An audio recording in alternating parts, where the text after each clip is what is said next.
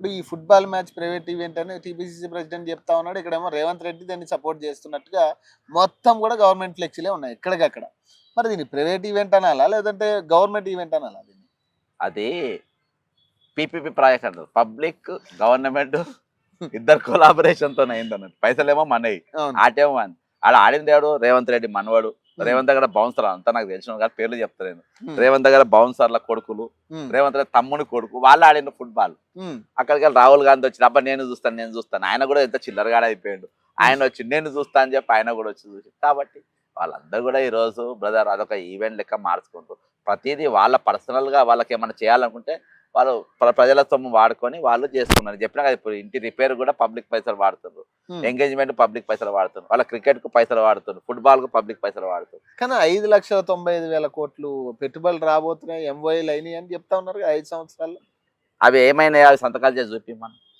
Detail project report ఇవ్వమను. Brother చదువురానని చెప్పాను, నాసని చెప్పొద్దు.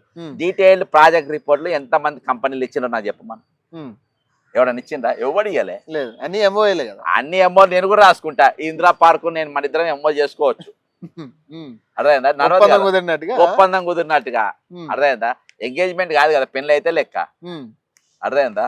అది పెళ్లి సూపర్ అయినా. 1,00,000 కోట్లు ట్రంప్ మీడియా సంస్థ పెట్టుబడి అనేది ఇది మెయిన్ గా చాలా డౌట్ రేజ్ అవుతున్న పరిస్థితి. ఈ 1,00,000 కోట్లు నిజంగా ట్రంప్ మీడియా సంస్థ లేదంటే ఏదన్నా మళ్ళీ మినిస్టర్ల ఖాతాలోంచి ట్రంప్ మీడియా సంస్థ నుంచి డైవర్ట్ అవుతుందా అనేది కూడా కొంత డౌట్ ఉంది. బ్రదర్ నువ్వు ఎప్పుడు హరిద్వార్ పోయినావా?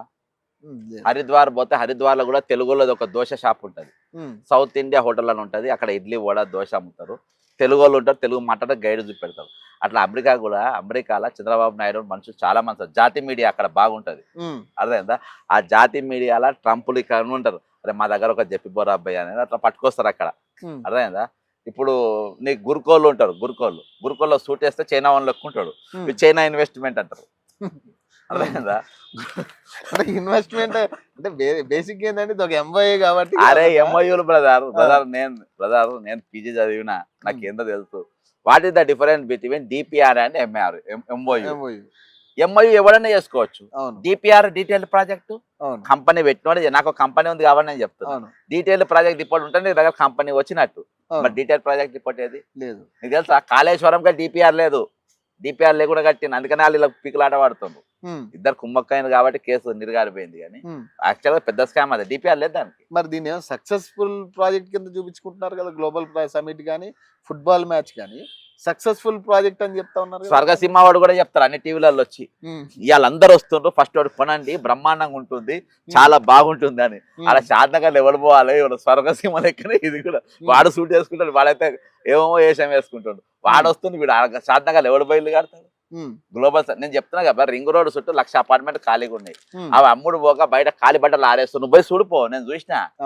ఎవరు పోతాడు అక్కడ? ఫ్రీగా ఇచ్చినా ఉండను అబ్బా. ఫ్రీగా ఎందుకంటే అప్ అండ్ డౌన్ నాకు 40,000 50,000 అవుతాయి. నాకు ఇక్కడ ఆర్టీసీ క్లాస్ లో నాకు ఇల్లు ఉంటే నాకు రూపాయి ఖర్చు కాదు. నేను అవలేగాడ అయితే పోతా అక్కడ. లేకుంటే బ్లాక్ మనీ ఉన్నోడు పోతాడు. నీకు గేటెడ్ కమ్యూనిటీ ఇలా మొత్తం 95% దొంగలే కొనుక్కుంటారు. అప్పులు ఎగ్గొట్టిన వాళ్ళు, చిట్ ఫండ్లు ఎగ్గొట్టిన వాళ్ళు, వాళ్ళ లోపల రానియారు కదా. అసొంటోడు పోయి ఉంటాడు ఆడ.